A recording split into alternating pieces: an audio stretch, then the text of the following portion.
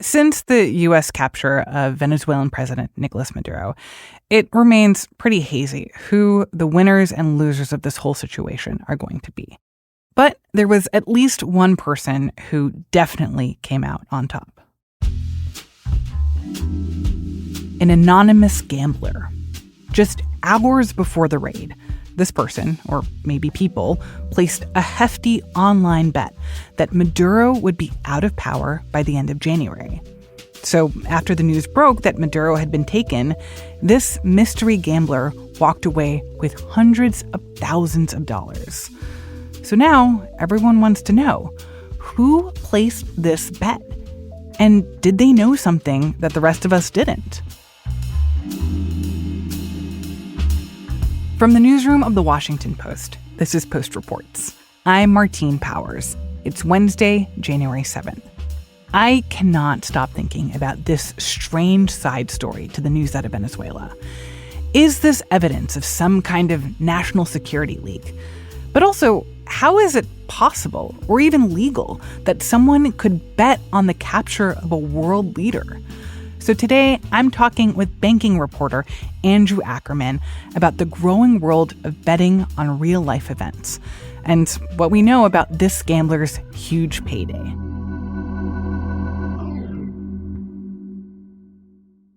Andrew, thank you so much for being here. Oh, you're welcome. Thanks so much for having me. So I'll be honest that before this news came about this one bet on Maduro being in office, I didn't even know that this was something that you could bet on, that there were platforms where people could bet on news events as if they were sports. It's definitely a completely wild side story to this whole episode.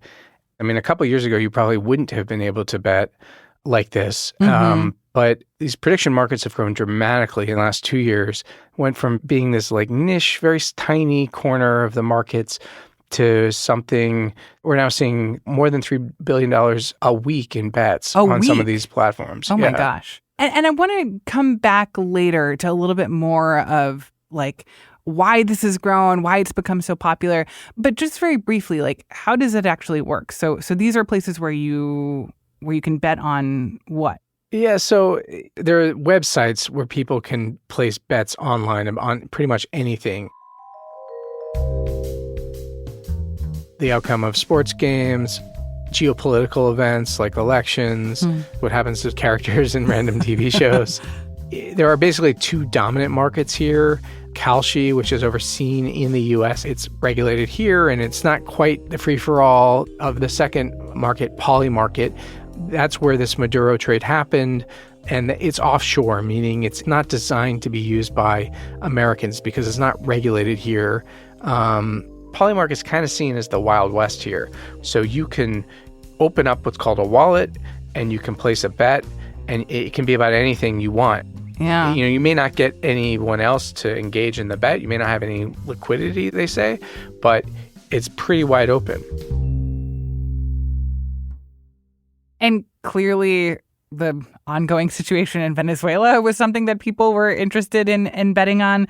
How did this particular bet on the fate of Venezuelan President Nicolás Maduro unfold? So people are using cryptocurrencies to make these bets. That means that it's on the blockchain. It's just the technology that underlines these payments. And it's a private form of money. Arguably, the benefit of the blockchain is there's a public ledger. So you can go online and you can see these bets. You know, you can see this wallet that this guy opened up late last month. He starts making very small bets initially, like a $96 bet on December 27th. Cumulatively, there's something like $35,000 of bets over a few days. You go from small bets to increasingly larger bets. They're all some variation of will Maduro be ousted? Or will there be an invasion? Or will the U.S. be in Venezuela and oust him by the end of the month? And it seemed like in the days leading up to this, most people were like, no, Maduro will not be ousted by the end of January. That most people were betting on the side of things of like the status quo is going to be in place by the end of this month. Yeah, I mean, he's basically at this point betting about 8 cents on the dollar that Maduro will be gone by the end of the month, which basically means this particular market is assessing or projecting a 7 or 8% chance that this guy is going to be ousted. Okay. It's pretty low. So he makes these small bets and they get bigger, and then it kind of culminates a few hours before the attack at about 10 o'clock on Friday night. He makes a little over a $7,000 bet that he'll be ousted. The way these their contracts, the way they work, it's sort of yes or no. You either win the bet or you don't. And when you say contracts here basically means a bet. The bet that you place with the website. That's right. And he, of course, wins on all these bets. And so it totals out to be $400-something thousand. Wow. And so, somebody who is making multiple bets, there's not a lot of information to indicate that there's an attack coming. I mean, we know that the Trump administration has been kind of tightening the noose around Venezuela rhetorically. Yeah. And I mean, then they've been attacking these boats in the Caribbean, but nobody... But nothing to suggest that this was going to reach this climax like right on this morning of January 3rd. Correct. Nothing public. And so it's very suspicious. So do we have any idea who this person is who made so much money off this bet? No, we don't. I mean, we can trace the money a little bit. That's on this blockchain where all the bets occur. There could be an investigation. Maybe the Justice Department would be interested. Yeah, like, is this person connected to the military? Was he privy to some kind of leak of national security information that would have given him kind of tip-off that this was coming? I mean, those are all great questions, and that's what people expect. That's what people anticipate. But, it could be somebody who told somebody in overseas who made the bet, and they aren't Americans. I mean, I don't know if that would be insider trading that would be unlawful in that particular jurisdiction. It might be hard for the U.S. to actually go after that person. The people, that I have talked to the last couple of days have said it should be treated as a leak of government secrets, as a security leak.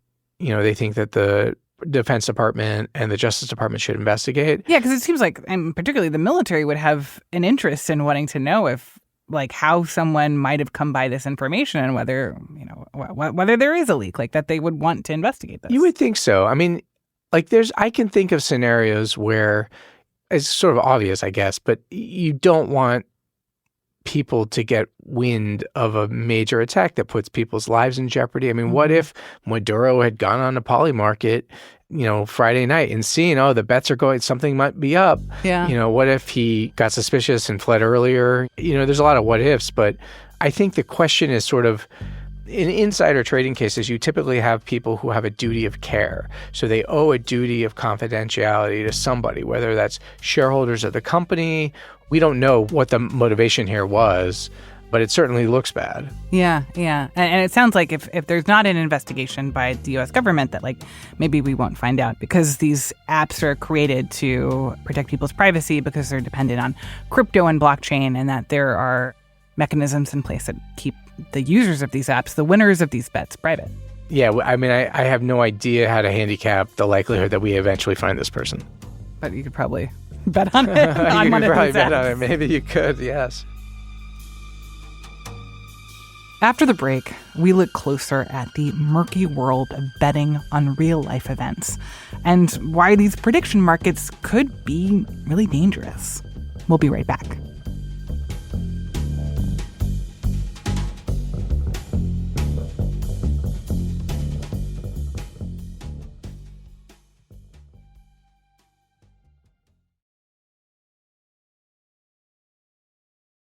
So let's talk a little bit more about these apps, because as I said, I really wasn't, I think I'd heard here and there, like, people are betting online about how this TV show will end. But I didn't realize that this was so widespread. So I thought maybe we could even just open up one of these apps to see, like, what people are betting on. So you said the name of one is Polymarket. Yeah. Polymarket. Yeah, that's where this happened. So let's go on Polymarket. If my Wi-Fi. You won't actually be able to bet on these without a VPN to because you can't bet on Polymarket in the US. Okay. Yeah. Okay. So the bets that people are doing right now: Khomeini out as supreme leader of Iran by June 30th. So people are betting on Iranian politics. There's Cavaliers versus Pacers, Lakers versus Pelicans. These seem like normal sports bets to me. The presidential election winner of 2028 people are betting whether J.D. Vance or Gavin Newsom will win the presidency in 2028, and neither of them have even announced that they're running for president. Yeah, I don't know. I think it'll be a while before you get a payoff for that. Oh, how much money the movie Avatar: Fire and Ash is going to make? Which, like, I don't know. It's just, I feel like this is a fascinating insight into all the weird, bizarre things that people are interested in betting on. Why do you think this is so popular? I think there is a moment in the culture where betting has just kind of taken off. I mean, the sports, I watch NFL games. There's all kinds of advertisements in the stadiums, commercials encouraging people to bet. There used to be legal impediments to doing this. The regulators would not let betting markets take off. You couldn't bet at all on the elections. Yeah, because I'm surprised to see all these election-related bets that are being posted here, because I thought that it was illegal to bet on the outcome of elections in the U.S., specifically so that people don't have a financial motivation, like a direct financial motivation to vote for one candidate or another. So the Biden administration maintained there was basically no public benefit from allowing people to bet on elections, but that's shifted dramatically in the last couple of years. A federal judge ruled in 2024 that basically the posture of the Biden administration was incorrect. And so then you could bet. And then what happened in 2024 was arguably one of the most accurate metrics we got for who was going to win the presidential election in 2024 came from these websites. They accurately predicted Trump's win. Really? I believe they accurately predicted other metrics like who was going to win in the swing states in a way that was a little bit better than the polling. Wow. And so then you got the switch in administrations, and the Trump administration's very pro-crypto, which, like I said, a lot of the betting happens using cryptocurrencies. I mean, the Trump organization has also announced they're going to have their own betting market. It's called Truth Predict. I think it's in beta testing, but, you know. But it doesn't sound like this is a situation where the Trump administration has any real incentive to try to like crack down on these websites or get tougher in regulating some of the potential problems that could come up with these websites. Yeah, I mean, I think they like it. These platforms have ties to senior members of this administration, including the president's son, Donald Jr., who's an advisor to Kalshi and Polymarket. The real question is, are these gambling platforms like sports books you might see in a casino, or are they like stocks, you know, financial instruments that you can trade and are regulated generally at the federal level? The only sort of legal impediment right now is the state level gambling commissions, and they sort of say like, this is gambling. I believe Massachusetts has sued. There's what's called cease and desist orders in I think 8 other states. And then in response to those, some of these platforms are suing. They're sort of saying, well, we have this right. This is a federal thing. This isn't subject to state regulation. And that's just going to play out in the courts. But there's not going to be any effort, I think, from the federal government or from the Congress really to crack down here. So, I mean, you mentioned like there arguably is some value to these kinds of betting apps and marketplaces where, you know, you can see how people are feeling about something or that it has its finger on the pulse of public sentiment. But what are the potential downsides or risks of the proliferation of this, of empowering people to bet on anything? Yeah. So, I mean, I think the two obvious ones are it creates incentives for people with insider knowledge to trade. And then the people on the other side have no idea that they're betting against somebody who knows something specific is coming. Some of the platforms say we don't allow that to happen, but these aren't stock markets. In the U.S. stock market, you have very thought out procedures at all these companies. Like the CFO of a large company knows what he can and cannot say about the financial performance of the company that they work at. They can't just go and tell friends, you know, we're going to kill it in earnings tomorrow. You know, because the stock market is so much more highly regulated and that there are real, correct. You know, people know that there are criminal ramifications to like saying the wrong thing or like we're kind of encouraging some kind of. Basically, in the stock market, you have to have fair disclosure when it comes to securities that are traded on stock exchanges and elsewhere in this country. And you just don't have those rules in this space. These are basically futures contracts, which means they're overseen by this agency called the CFTC, the Commodity Futures Trading Commission. It's a very small agency. I mean, this is like such a fast-growing market. They haven't had time to really write rules for it. I mean, they don't really have the bandwidth to oversee it. And we're really just a year out from an administration that was running the CFTC that really resisted or was very conservative about these markets. Mm-hmm. So you said that there were two ways in which there are some real pitfalls here. One is the idea that like people with insider knowledge could be placing bets that they stand to make money off of because they, know so much more about the thing that you're betting on. And then if you regular Joe Schmo place this bet, like you don't realize that you're never going to win. Yeah, they're not necessarily fair. They're not fair playing fields like the stock market is supposed to be. And then what was the other way? Well, the other thing is, call it whatever you want, prediction market, gambling markets. If you're investing in the stock market, you're putting money into stocks that over time are likely to increase in value. With this, that's not necessarily the case. These are binary markets. You either win or you lose. You don't get interest. Your price doesn't go up or down really. It's yes or no. And those aren't really traditionally thought of as investments. You want people investing in like the economy and in companies that have underlying financials. This isn't quite that. Yeah. And so there's that red flag where they could be, dumping all kinds of money. And the counter to that is, well, it's kind of like buyer beware, right? Like people should be able to do with their money as they wish. If they want to make a bunch of money off of the gross of whether Avatar, Fire and Ash made more or less than this amount of money, then like that's their prerogative. But gambling's very addictive. And this isn't. So I talked to a regulator earlier in the week who had, I thought, sort of a third insightful point. And that was the risk that this creates perverse incentives. Mm-hmm. That there was some speculation earlier last year before Charlie Kirk's murder that he might run for office. Like you could bet, would Charlie Kirk run for office? Mm-hmm. And so does allowing that kind of thing, does that create perverse incentives for people on the other side of the bet to commit murder? That was this person's concerns. And thinking about the potential implications of this as this market gets bigger and bigger and people figure out all kinds of bizarre things to bet on. To manipulate the market. Yeah. And it could have potentially perverse or certainly negative, like real world consequences. Dangerous. Dangerous. Yeah. So that's sort of hypothetical. Like I don't want to suggest that like Charlie Kirk was murdered because someone was trying to profit from these markets at all. But I'm just reporting what a critic that these are raised. Questions that people who think about these markets are asking. Yeah. So where is this all leading? Like what are your questions about how this continues to shape out? I mean, I'm a kind of a regulatory nerd. Like I've spent a lot of my journalistic career writing about how Washington regulates Wall Street. And it is really interesting to me what will happen here. Will these markets be treated like gambling or will they be treated like financial instruments, which is a totally different type of oversight? It looks like they're just going to get bigger and bigger. I mean, the administration's full on this. I mean, there's certainly people who I've talked to who say it's going to be kind of a fine line balancing these issues.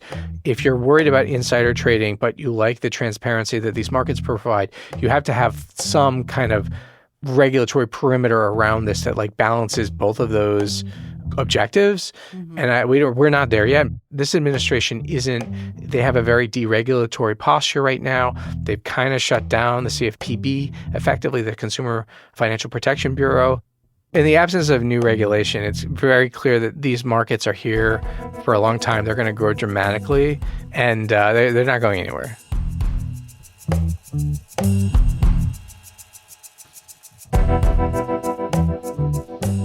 Andrew, thank you so much. Thank you so much for having me. Andrew Ackerman covers banking for The Post. That's it for Post Reports. Thanks for listening. Today's show was produced by Emma Talkoff and edited by Ariel Plotnick and Dennis Funk. It was mixed by Sean Carter. Thanks to Mike Madden. Good journalism is even better when it's shared. With a premium subscription to The Washington Post, you get 3 extra accounts to share with friends and family, so they can stay informed too. Right now, you can get a premium subscription to The Post for just $6 every 4 weeks. Again, just $6 unlocks trusted reporting to share with other people in your life. And after your first 6 months, it'll cost $19 every 4 weeks. You can cancel anytime. Head over to WashingtonPost.com/subscribe and get premium access to the Washington Post today. Again, that's WashingtonPost.com/subscribe. I'm Martine Powers. We'll be back tomorrow with more stories from the Washington Post.